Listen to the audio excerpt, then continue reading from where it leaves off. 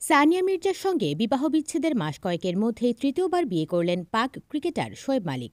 গত শনিবার সামাজিক যোগাযোগ মাধ্যমে বিয়ের কথা নিজেই জানান এই ক্রিকেট তারকা।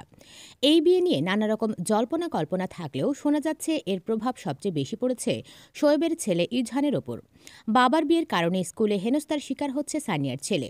শেষে বড় সিদ্ধান্ত নিলেন এই টেনিস তারকা। বাবা মায়ের বিচ্ছেদে মানসিক চাপ পড়েছে সানিয়ার ছেলের ওপর। স্কুলে যেতে পারছে না সে, সহপাঠীদের দ্বারা হেনস্থার শিকার হচ্ছে সে, এমনই দাবি করছেন পাকিস্তানি সাংবাদিক নঈম হানিফ। সানিয়া নিজেই নাকি ছেলেকে নিয়ে উদ্বেগের কথা তাকে জানিয়েছেন। ছেলেকে নিয়ে এতদিন দুবাইতে থাকতেন সানিয়া, সেখানকার বিশ্বমানের স্কুলে পড়াশোনা করেন ইজহান। তবে শোয়েবের তৃতীয় বিয়ের খবর চারিদিকে ছড়িয়ে পড়ায় ছোট ছেলের ওপরও তার প্রভাব পড়েছে। তাই ছেলেকে নিয়ে দেশে ফিরলেন সানিয়া।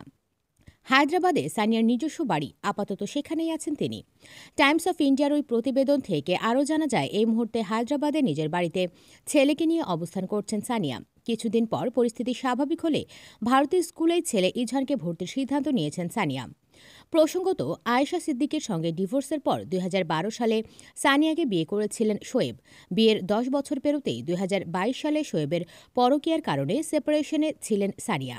সানিয়ার সঙ্গে বিচ্ছেদের পর অভিনেত্রী সানার সঙ্গে তৃতীয়বারের মতো বিবাহবন্ধনে আবদ্ধ হন শোয়েব মালিক।